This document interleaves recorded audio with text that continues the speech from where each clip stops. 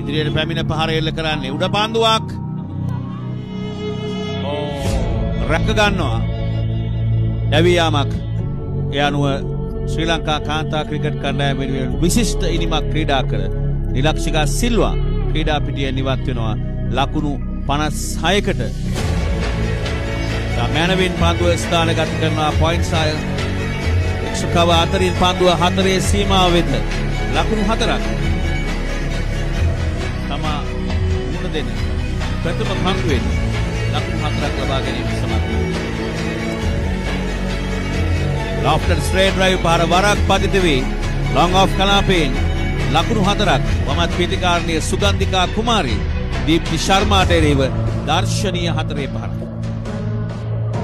අඩුව රකින්නට පන්දුව රැක ගැනීමට අවසර නැහැ. පන්දුව 4 සීමාව වෙත.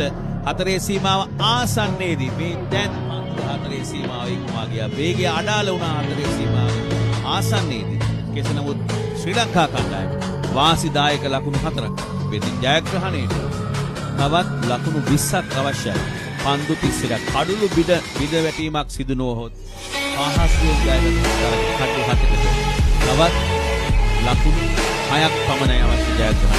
මේ ලකුණු සංඛ්‍යාව හඹා ගියොත් ශ්‍රී ලංකා කණ්ඩායමේ දෙවනි වැඩිම ලකුණු හඹා යාමේ වාර්තාව වෙනවා ගානේ. මැනවින් අංගුවට පහර එල්ල කරන දක්ෂ පන්දු 4 කිරීමක්. මෙන්න දෙවන ලකුණු ලබා ගැනීමට උත්සාහ කළා. සාර්ථක නැ 1 ලකුණක් පමණයි. 271යි කඩළු 7කට. එයත් තවත් ජයග්‍රහණය සඳහා ලකුණු 5ක් පමණයි අවශ්‍ය. 7 දෙනෙක් පන්දු රකින්න.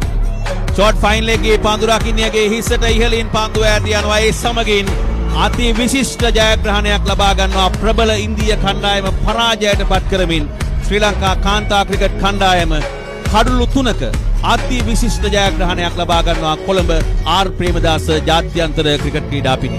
විශේෂයෙන් මේ යලි නැගී සිටීම තමයි ඉතාමත් වැදගත්. ආරම්භක තරගයේදී කඩළු 9ක පරාජයක් ලැබූ ශ්‍රී ලංකා කණ්ඩායම ඒ ප්‍රබල ඉන්දිය කණ්ඩායම කඩළු 3කින් පරාජයට පත් කරමින් අවසන් මහා තරගයේ සඳහා වැඩි අවස්ථාවක් ඉතා ප්‍රබල අවස්ථාවක් නිර්මාණය කරගත්